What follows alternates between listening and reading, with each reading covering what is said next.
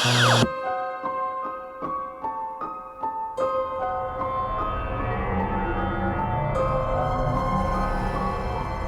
my God. Turn around. Look behind you. There's someone behind you. Turn around. Oh my God. Turn around. Welcome to Movie Night, the show where we share our love for cinema. My name's Bridget. And I'm Riley. Today, we're going to be talking all about horror. We've got the blood and the gore, we've got found footage, we've got... What was that? What was what? Whatever that was. We're supposed to be scaring them, not us. I'm sorry, guess you could say this show's a real scream. Well, I'm screaming. On the inside. Huh? Never mind. So, let's start by discussing the different genres of horror. I love horror because they cover pretty much everything.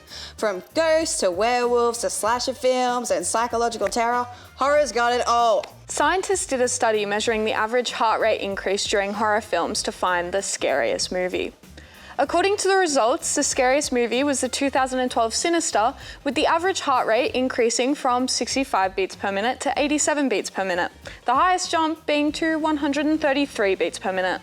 There was also a poll on what the most popular subgenre of horror, and the results were psychological horror and paranormal horror. I can completely agree with that. Personally, paranormal films are the creepiest. I mean, have you seen Paranormal Activity? Now that was scary. Horror can also be in different formats, such as animation. In fact, the highest rated horror film on Letterboxd is the Japanese anime Perfect Blue, with a score of 4.4 stars. I love that film. In fact, Perfect Blue largely inspired Darren Aronofsky to produce Black Swan. I love seeing how films can have such a lasting impact that inspire other filmmakers. That reminds me of a fun film fact. Did you know that he created the first ever horror film in 1896, known as The Haunted Castle?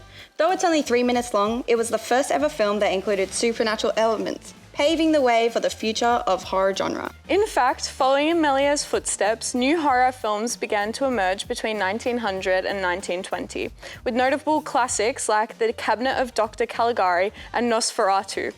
These films have continued to inspire contemporary filmmakers such as Tim Burton and David Lynch. Speaking of Nosferatu, did you know that they're making a remake that is set to come out this year?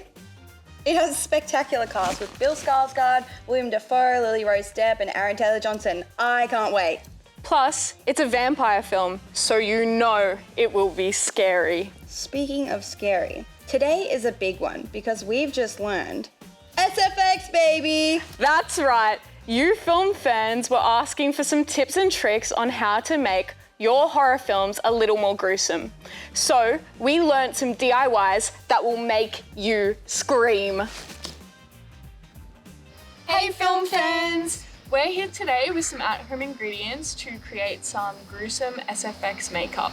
We're going to be doing a little competition to see who can make the most realistic injuries. The best thing about today's segment is that everything we're using today can be easily found at home, so it's perfect for anyone looking to create some low-budget horror films or even anyone just interested in gore. So we've got some flour and Vaseline and then just like cheap makeup products, and we're going to put 6 tablespoons and 2 tablespoons of Vaseline because there's 2 of us. But normally if you're just doing yourself, you would do 3 tablespoons and 1 tablespoon of Vaseline. This is just to make the first layer of skin. We've actually never done this before, so we're just gonna mix.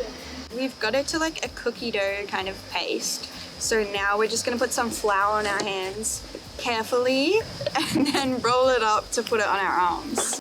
I'm gonna grab a chunk, start rolling it up, dip it in some flour. I'm gonna do the same. So it's a bit pasty, so I might put some Vaseline on we are just winging it. So we've just blended it out. It was a bit of a challenge, but we've got there. Riley's got a little pus ball growing.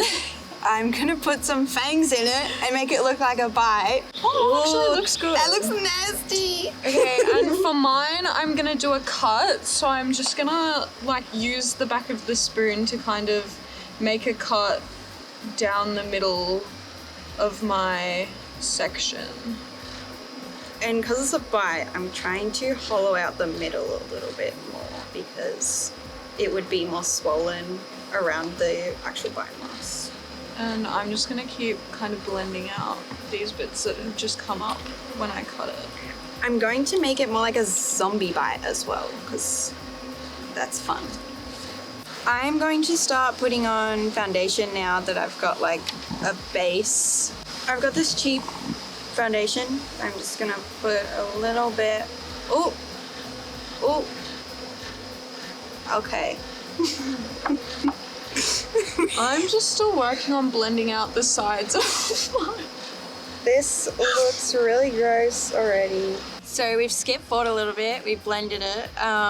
We had a bit of issues with the foundation, so make sure you have a good foundation because it actually won't blend well. Yeah, because Bridget's used foundation and I haven't, and I think this one looks a bit more natural. You can see the, you can kind of see where.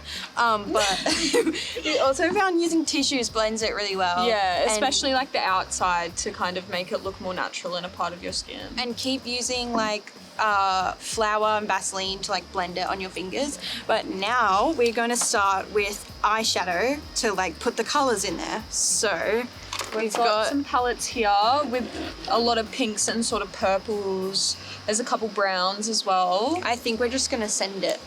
So we have some pinks and sort of oranges in this one. This one's more of a blush palette. And then we've got an eyeshadow palette here. Sorry, I'm gonna have to steal it. Which have pinks and sort of purples. There's a couple browns as well, which are going to work well for the sort of colors that we need. So I notice in like zombie movies, the bites are usually like purple because they're quite infected. So I'm just kind of putting purple everywhere. And I need to get in the holes, so I'm probably gonna put some blood in there, some fake blood. I'm putting like a pinky sort of purple in the middle section because that's obviously going to be the darkest section because that's where like the majority of the blood is sort of coming from. So we're here adding more sort of colors. I'm trying to darken the sort of center just to add in more shadows, but I'm going in with a brown around the outside just because I feel like in injuries like this, the outside is kind of more dried up. Been using lots of eyeshadow, just trying to blend it out and make it look as like gory and natural as possible before we start the blood. This is with what we've got so far. We're gonna start doing the blood now. So Riley's gonna start us off. I think I'm gonna go first. We made this fake blood with just regular fake blood that you can get from like a $2 store, and then we added in some Vaseline and some flour.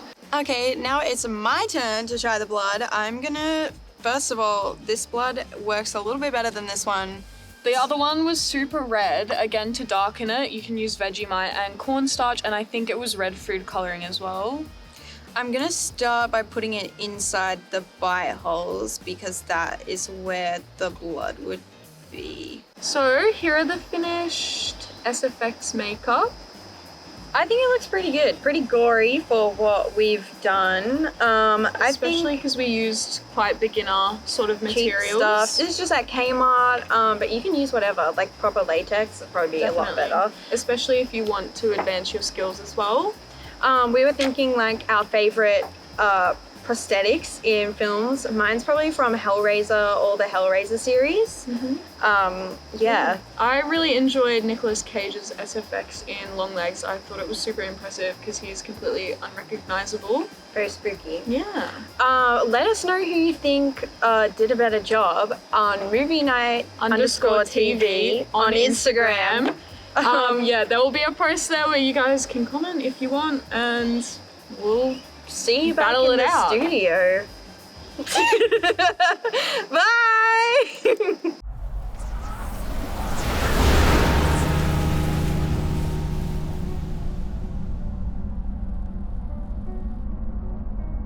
We have an incredibly special guest here for you film fans. Please welcome up-and-coming filmmaker, Harry Brakha. Thank you so much for coming to talk horror with us. Anytime. Thank you for having me. All good. So your film Jinx just screened at Monsterfest last night at Cinema Nova as a part of their student shorts premiere. That must have been so exciting. Can you tell us a little bit about your film? Yes, so Jinx basically follows a Year 12 sleepover that goes horribly awry when Kitty, our protagonist's mother, invites Colette to join the sleepover, Kitty's younger sister. Kitty tries to use a Ouija board to freak out her younger sister to get her off the rest of the group's backs, and she gets possessed by a bloodthirsty demon that kills the girls off at the sleepover one by one. Oh, cool. I actually love that. That sounds so interesting. Thank you. Do you have a favourite genre of horror or any horror films that inspired you with your filmmaking? I love slashes. Well, basically, I can't watch horror. I get so scared. I'm the exact same. So I made a horror because I was like, this time I'm gonna actually be able to engage with the genre and be able to watch a horror film all the way through because I know what's gonna happen. But I love slashes. I think that it's really fun. You can get really tropey and you don't really have to lean too much into character development or character arcs for any other character outside of the protagonist, basically. Because I really wanted to focus in on what it was like to follow the ringleader of a really toxic friendship group. So yeah, Scream Queens was a big inspiration, not really a movie, but a series.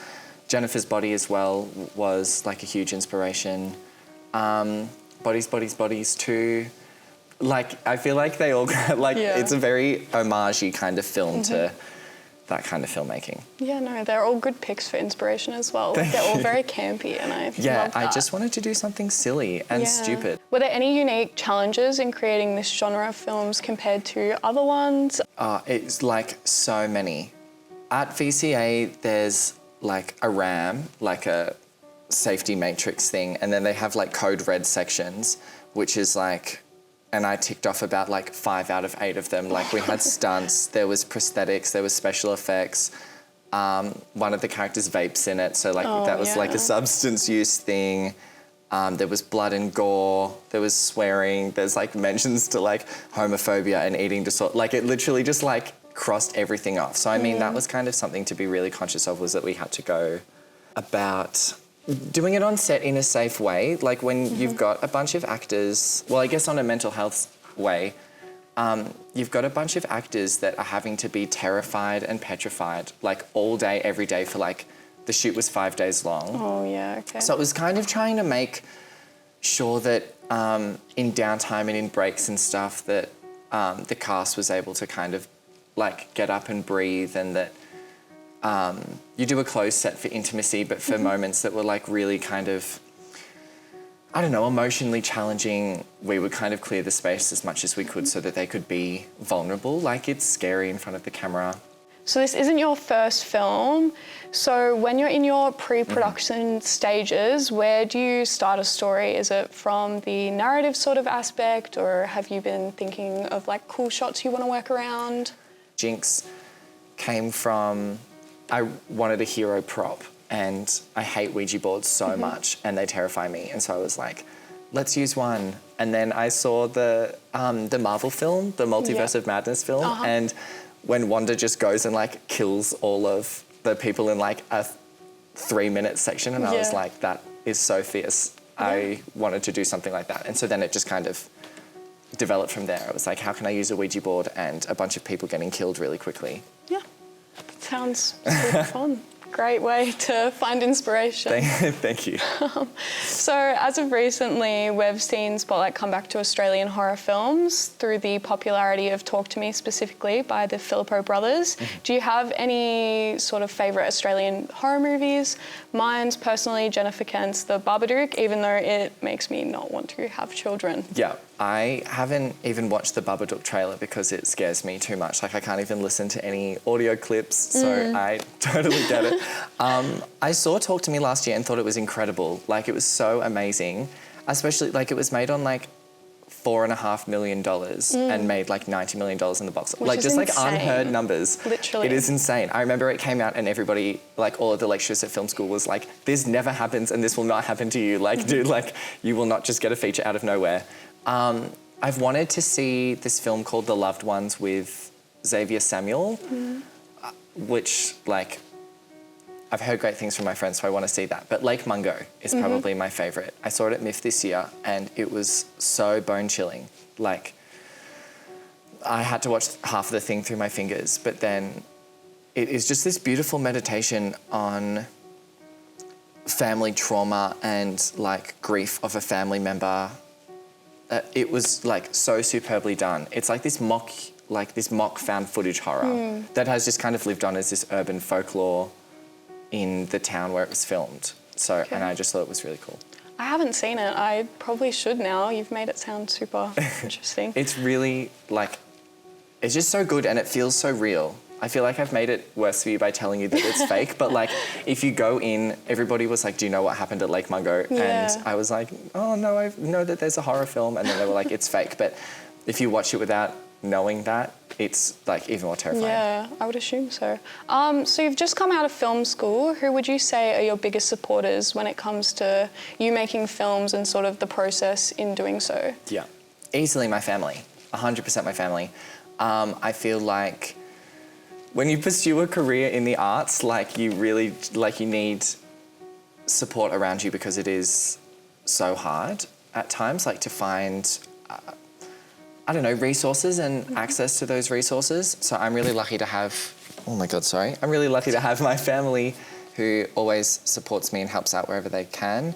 Some of the past lecturers at VCA that I have made a good rapport with are always there to help out or set up conversations with people. I think that's the best part of being at school or at film school is meeting like-minded people and having those connections. My friends as well, who are always willing to jump on and crew for stuff and work around.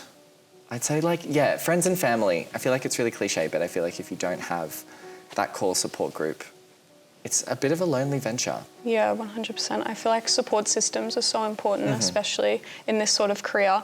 So I mentioned before, you've just recently graduated. What is one piece of advice that you would give to any upcoming filmmakers? Make as much as you can, whenever you can. My friend told me this metaphor that I'm about to butcher, which was about, there was a school in Japan, I think, where they made two groups and they were like, make the perfect paper crane, and they told one group you can only make one, and they told another group you can make as many as you want. And then when they put the two paper cranes next to each other, the ones that were able to make as many as they could before the perfect one were light years better than the ones that just sat there trying to make the perfect one. So don't sit around and wait for, I don't know, the right story, the right day, the right equipment. Just make stuff as much as you can. Try, fail, be humbled. They're all the most important things to get to where you need to go, which I am still actively doing. Really good advice.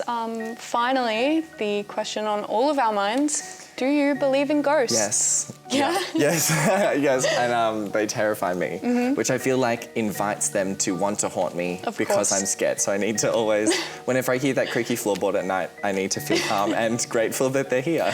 Of course. Thank you so much for coming. Thank you for having me. And talking to us here at Movie Night. This is all we have time for today, but we look forward to seeing more of your work on the screens in the future. Thank you so much. And now, back to the studio.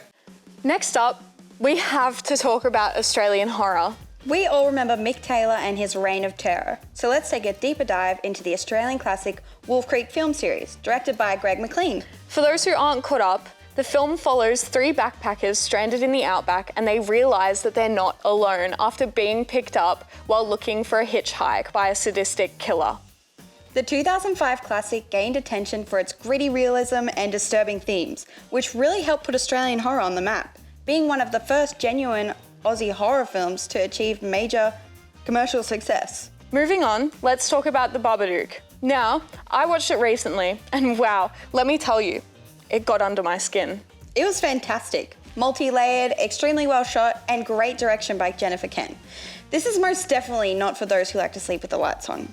I'm also a big fan of 2022's Talk to Me. Did you know that the film had a budget of 4.5 million USD, but ended up making a whopping 92 million in the box office? It was also American distributor A24's highest grossing horror film and third highest grossing film overall, The film even scored a total of 20 wins and 37 nominations, including 5 awards from the Australian Academy of Cinema and Television Arts.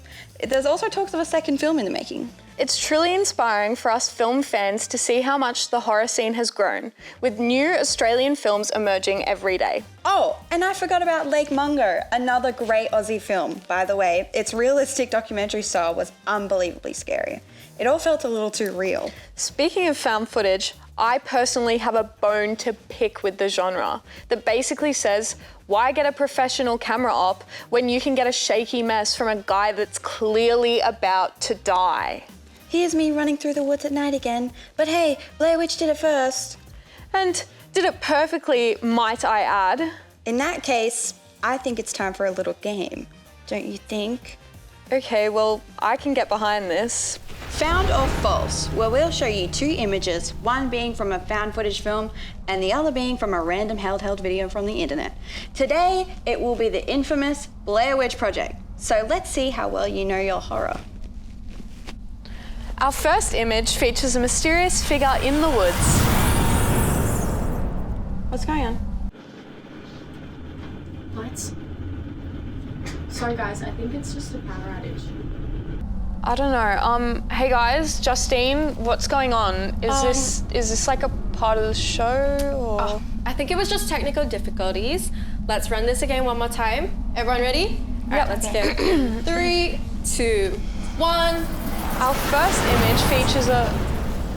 Guys, what's happening? What is she doing? Guys, that literally wasn't me. I swear. Why are the lights on to get lights? Can we fix it already? Yeah, Who's on lighting? Wait, guys, is that how you do that? What? Do you want to Is it a power? What the flip is that?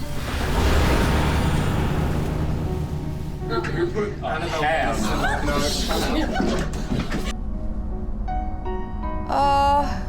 Thank you for joining us on the second episode of Movie Night. Hopefully we'll be alive to see you next time. Thanks. Bye.